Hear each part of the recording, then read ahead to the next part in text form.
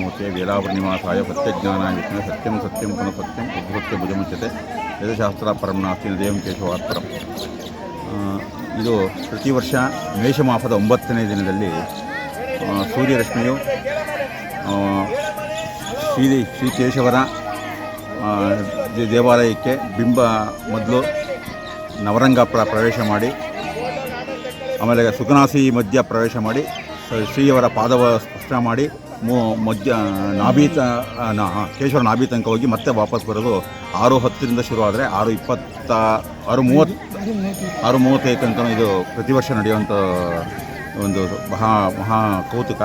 ಇದು ಪ್ರತಿ ವರ್ಷ ಮೇಷಮಾಸ 9ನೇ ದಿನ ಕೇಶವರ ಸ್ಪರ್ಶ ಮಾಡಿ ಎಲ್ಲರೂ ಪುನೀತರಾಗಿ ಈ ಸೌಭಾಗ್ಯವನ್ನು ನೋಡಿ ಖುಷಿಪಟ್ಟು ಅದರ ಆನಂದವನ್ನು ಸವಿತಾ ಕೇಶವನ ಆಶೀರ್ವಾದ ಪಡೆಯಲಿ ಅಂತ ಕೇಶವನ ಪ್ರಾರ್ಥನೆ ಮಾಡ್ತಾ ಎರಡು ಮಾತು.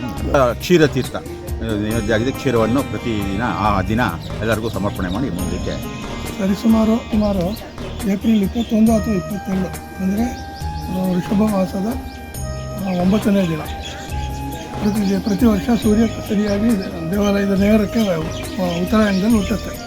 ಅದು ಈ ದಿನ ಸಂಭವಿಸಿದೆ. ಇದು ಏಪ್ರಿಲ್ 22. ಹಾಗಾಗಿ ಅದು ಸಾಮಾನ್ಯ ಈ ದಿನ ಬೆಳಗ್ಗೆ 6 ಗಂಟೆ 9 ನಿಮಿಷಕ್ಕೆ ಸೂರ್ಯೋದಯ ಆಗುತ್ತೆ. ಆದರೆ ಕೆಲವು ಕಟ್ಟಡಗಳು ಅಡ್ಡ ಇರೋದ್ರಿಂದ 6 ಗಂಟೆ 12 ನಿಮಿಷಕ್ಕೆ ನಮಗೆ ಸೂರ್ಯ ಕಾಣುತ್ತೆ, ಬಿಂಬ ದರ್ಶನ ಆಗುತ್ತೆ.